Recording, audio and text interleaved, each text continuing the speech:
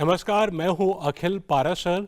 आप देख रहे हैं देश दुनिया की खास खबरों का एक विशेष कार्यक्रम न्यूज फोकस। चलिए सबसे पहले नजर डालते हैं इस हफ्ते की खास खबरों पर। चीन ने एआई टेक्नोलॉजी में मारी जबरदस्त छलांग। दुनिया में छा रही है यूनान की कॉफी। नाइजीरिया में क्रिएटिव इंडस्ट्री से ग्रोथ को रफ्तार। अब समाचार विस्तार से। चीन ने आर्टिफिशियल इंटेलिजेंस के क्षेत्र में जबरदस्त तरक्की की है। देश के उद्योग और सूचना मंत्रालय का कहना है कि चीन ने दुनिया की सबसे बड़ी एआई इंडस्ट्री बना ली है। स्टील और कोयला जैसे क्षेत्रों में डेटा सेट तैयार किए गए हैं और कई स्मार्ट एआई मॉडल बनाए गए हैं। ये मॉडल दो तरह के हैं, एक जो हर तरह के काम में माहिर है जैसे चैटजीपीटी, जेमिनी, और दूसरे जो खास इंडस्ट्री के लिए बने हैं जैसे प्रोटीन की स्टडी करने वाला अल्फाफोल्ड। मंत्रालय के इंजीनियर शे शाओफंग ने बताया कि एआई टेक्नोलॉजी में नई खोजें हो रही हैं और देश में 90 लाख से ज्यादा कंप्यूटिंग रैक काम कर रहे हैं। ये सिस्टम हर सेकंड इतना डेटा प्रोसेस करते हैं कि गिनना मुश्किल है। इलेक्ट्रॉनिक्स, रॉ मटेरियल और कंज्यूमर गुड्स जैसे क्षेत्रों में एआई का इस्तेमाल बढ़ रहा है। साथ ही स्मार्टफोन, कंप्यूटर और एआई ग्लास जैसे 100 से अधिक प्रोडक्ट बनाए गए हैं। चीन ने अपने मैन्युफैक्चरिंग सेक्टर को पूरी तरह विदेशी निवेश के लिए खोल दिया है, जिससे दक्षिणी प्रांत क्वांगतोंग में बिजनेस लीडर्स का कॉन्फिडेंस बढ़ गया है। पिछले साल नवंबर से चीन ने विदेशी निवेशकों के लिए सारे रिस्ट्रिक्शंस हटा दिए। देश के वाणिज्य मंत्रालय का कहना है कि ये कदम इंटरनेशनल बिजनेस को बढ़ावा देगा। बड़ी कंपनियां जैसे कार्लसबर्ग ने इसका फायदा उठाते हुए क्वांगतोंग में नई ब्रुअरी खोली। कंपनी के बॉस ली ची खोंग ने कहा कि वो इस इलाके के डायनामिक इकोनॉमी पर भरोसा करते हैं और आगे भी निवेश करेंगे।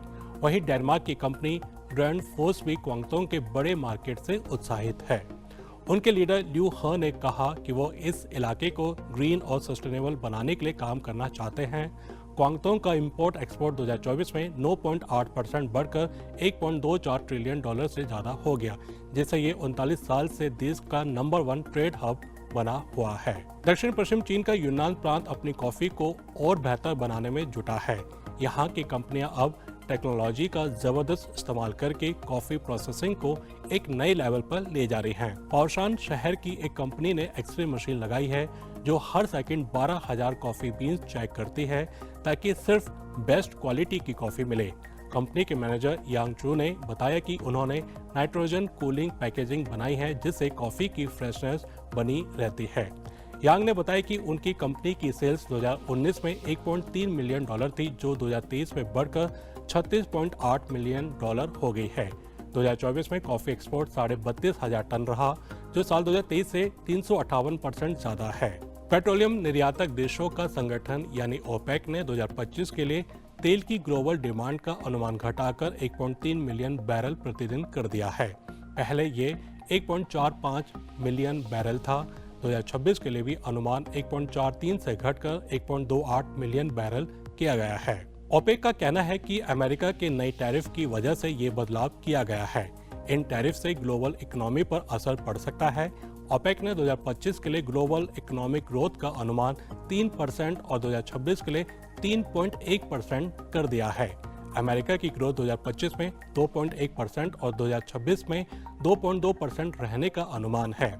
यूरोप में भी ग्रोथ धीमी रहेगी, लेकिन फाइनेंशियल सपोर्ट से कुछ मदद मिल सकती है। नाइजीरिया अपनी क्रिएटिव इंडस्ट्री को बढ़ाकर इकोनॉमी को रफ्तार दे रहा है। ये सेक्टर अभी 5.6 बिलियन डॉलर का है और 2027 तक 20 बिलियन डॉलर तक पहुंच सकता है।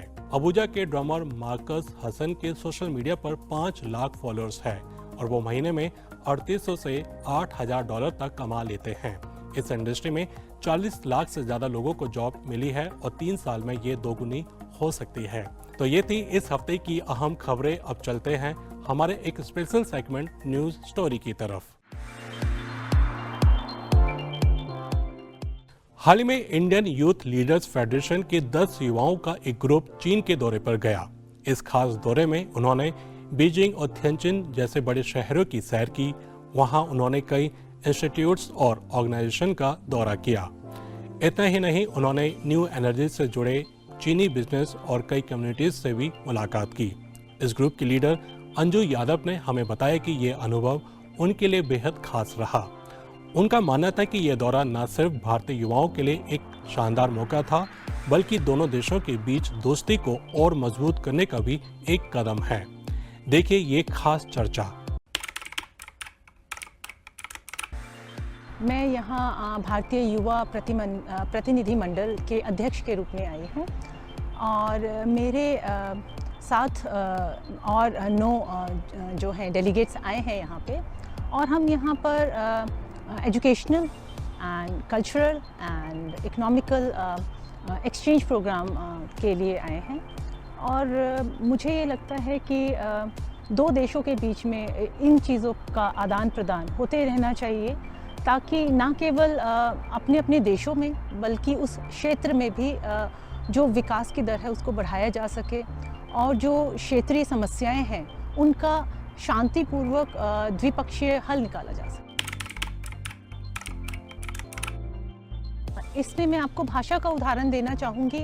जैसे हम शैक्षिक आदान प्रदान की बात करते हैं जब दो भाषाओं का आप ज्ञान साझा करते हैं, या आप सांस्कृतिक रीति रिवाजों का ज्ञान साझा करते हैं, खान पान का ज्ञान साझा करते हैं, तो युवाओं को ये पता चलता है कि पड़ोसी होने के नाते हमारी संस्कृति में, हमारी चीज़ों में, हमारे दैनिकचर्या की गतिविधियों में बहुत ज़्यादा अंतर नहीं है।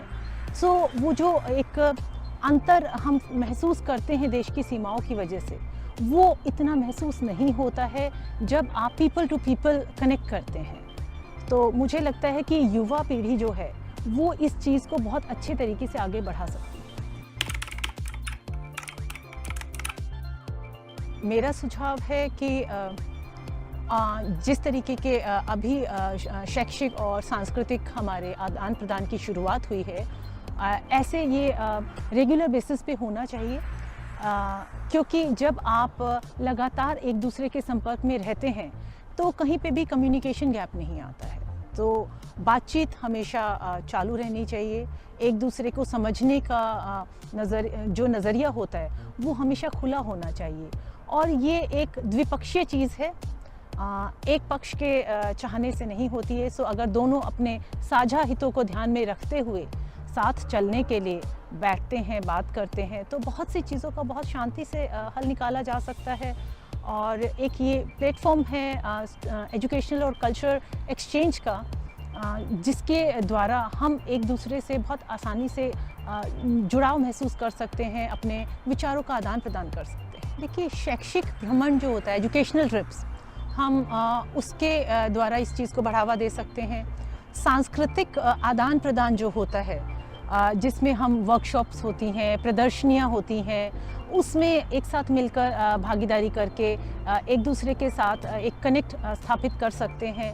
सो ये इन चीज़ों का जितना ज़्यादा प्रचार प्रसार किया जाए, जितना ज़्यादा एक दूसरे से संपर्क साधा जाए, उससे इस चीज़ को मेरे विचार में बहुत बढ़ावा मिलेगा। देखिए, इस एक सप्ताह की मेरी यात्रा के दौरान जिन भी युवाओं से मैं मिली, उनमें बहुत ही भारत को लेके मैंने उत्साह देखा, और सबसे ज़्यादा मैंने यहाँ के एक आम नागरिक और विद्यार्थी और जो भी आधिकारिक गण थे, उन सब में एक उत्सुकता और एक सकारात्मक पहल की कोशिश करते हुए देखा कि वो युवाओं से जुड़ पाएँ और इस चीज़ को और आगे ले जाने के लिए एक साथ बैठकर काम कर पाएँ। तो ये चीज़, और हम जहाँ पे भी गए बड़ा गर्मजोशी से स्वागत किया गया, जो कि मुझे और मेरी टीम को बहुत अच्छा लगा। हमें ऐसा बिल्कुल नहीं लगा कि हम एक अनजान देश में हैं या पहली बार इस देश की यात्रा कर रहे हैं। सब ने हमें बहुत अच्छा महसूस करवाया, बहुत अच्छे से ध्यान रखा, और हाँ, एक ऐसे स्तर पे हमारी बातचीत हुई और विचार साझा हुए, जहाँ पे बहुत सी चीज़ों को लेके उन्हें बहुत सारे डाउट्स थे, जो हमसे मिलके उनके क्लियर हुए। हमारे भी जो डेलीगेट मेंबर्स हैं, उनके उसमें भी बहुत सारी चीज़ों को लेके कुछ विचार थे, जो यहाँ आकर लोगों से मिलकर कुछ हद तक सकारात्मक और ज़्यादा हुए। आए तो सभी सकारात्मक विचार लेकर ही थे, बट उसको और बल मिला। तो ये था आज का खास कार्यक्रम न्यूज़ फोकस। अभी इजाज़त दीजिए, अगले हफ्ते फिर मिलेंगे इसी समय। नमस्ते।